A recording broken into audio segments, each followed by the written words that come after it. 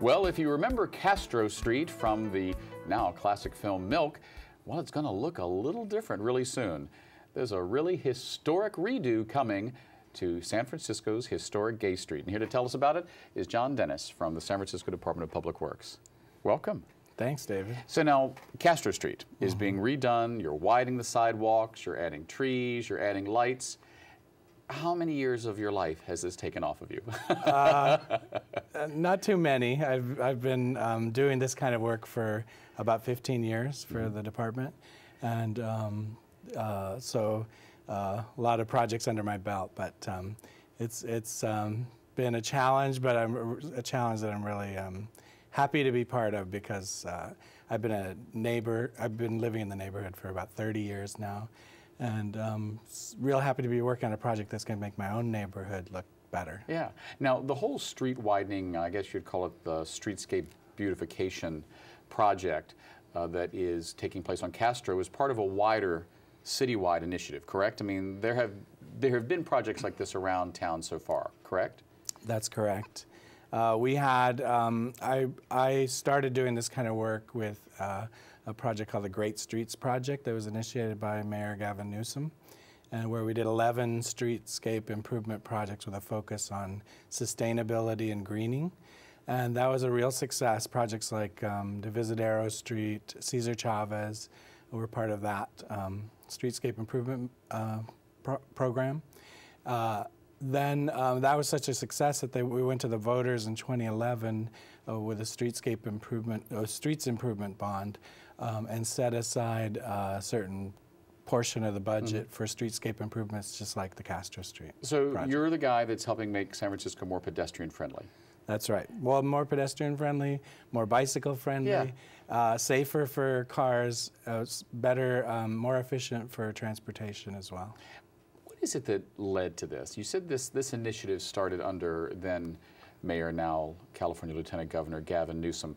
Was there any one policy or any one dramatic change to San Francisco that made people suddenly realize our streets and some of our neighborhoods aren't terribly pedestrian safe or pedestrian friendly? Well, the city has had a complete streets policy for many years, but hasn't had the funding available to do much about it. So while it's been a policy for many years, that the opportunity to make big improvements, like to redo an entire street, that's what's new, and that's what the bond offers. Now, where are you from originally? I'm from Los Angeles originally. So you came to San Francisco, you've been in the Castro, whereabouts, more or less? I lived right in the Castro for some years, and now I live in Corona Heights, just above the Castro. Right. Now, in the 30 years that you've lived in the neighborhood, what has been the biggest change from your point of view to the Castro streetscape? Well, to the Castro neighborhood? Yeah. I've seen over the years a lot of neighborhoods change. When I moved here, Polk Street was really the gay neighborhood. Yeah, Polkstrasse. Polkstrasse. And that's where Halloween was held. That's where you know, all the action was happening. And it was just starting to move over to the Castro area. And so I guess I've been around for that whole blossoming of the Castro as a LGBT district. And and then we went through an economic recession, and that was hard for everyone in the city. And we're coming out of that now, so it's great timing for this new renaissance of the street. Talk to us about what it's going to look like. I mean, what are going to be the major changes, both aesthetically and also infrastructurally, to the Castro with this new development? Well, the biggest change you're going to see is that the sidewalks will be about double the width that they are today. They'll be plus or minus 22 feet wide.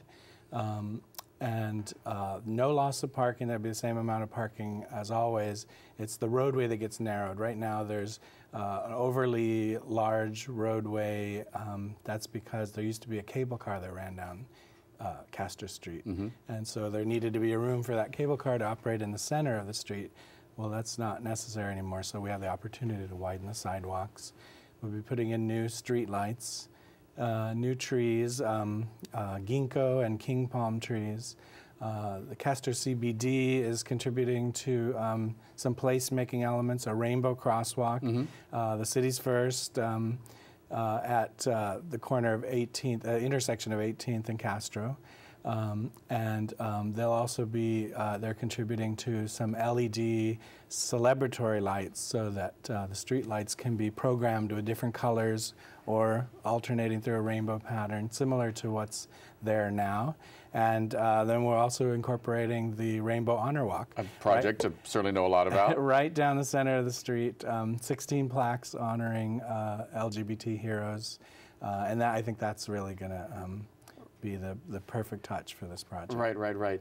You know, it is amazing to me. I've now lived in the neighborhood almost 30 years, and to have seen the history made in the Castro and see it change, as you say, it's coming on at the right time. It seems to be a celebratory time for the neighborhood as well. When I moved here, the neighborhood was deep in the depths of the AIDS, HIV years. And of course, that pandemic is not over yet.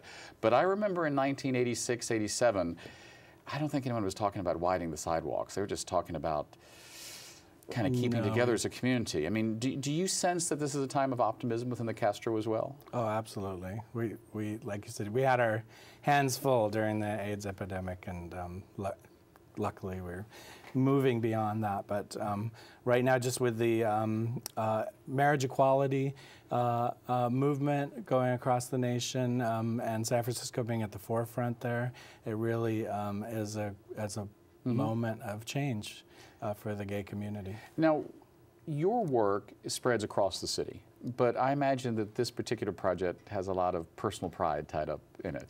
It does. I mean, I take pride in all my projects, but this one especially is close to home. Yeah. Is San Francisco also leading the way and pushing the edge on this sort of, I don't know if you call it beautification, but the sort of changing of how we treat our sidewalks and integrate pedestrian issues and bicycle issues along with cars? I mean, is San Francisco really pushing the edge on how we consider our streetscapes? Are you hearing from other cities, but John, how'd you do this? I want to do this in Detroit. Yes, in fact, I get those kind of calls all the time. I wouldn't say that we're the front runner, but we'd like to be, and we're certainly doing our best to do the best job possible with the Complete Streets projects. Complete Streets movement is something that's happening all over the world. It's because a lot of our streets were built with cars in mind and with a focus only on cars and the level of service of throughput of cars, and that being the #1 priority, and now we're taking a second look at that. Yeah, you know, it's kind of surprised me. I mean, when I was 15, I was like, wow, I can't wait to get my learner's permit. When I was 16, I was like, I got to have a car.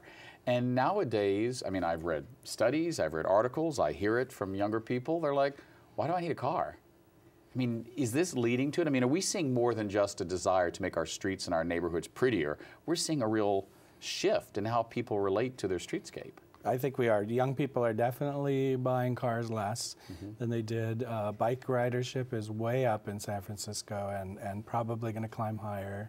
A lot of developments happening throughout the city, so the city is becoming more dense, but they're not necessarily they're not necessarily including parking spaces, for instance, in some of the new developments, because they know that people will be working in San Francisco, be commuting to work, either walking, bicycle, or on public transit. In our last few moments, talk to me about what has been the best part of this project. I know, for instance, that it was something like 96% of the people and the neighbors in the Castro approved of this, which is unheard of in our neighborhood, John. I mean, come on.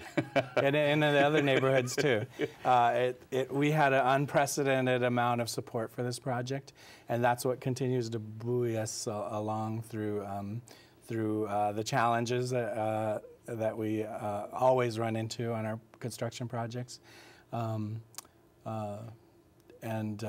did you ask for, the highlight? The highlight, yeah, in our last few seconds. I think the planning effort was fantastic, to have very large groups of people, 150 people at least, coming to each of our public meetings and showing us that support. And we're on track. So by Gay Pride this year, we'll have new sidewalks, and sometime later this year, lights.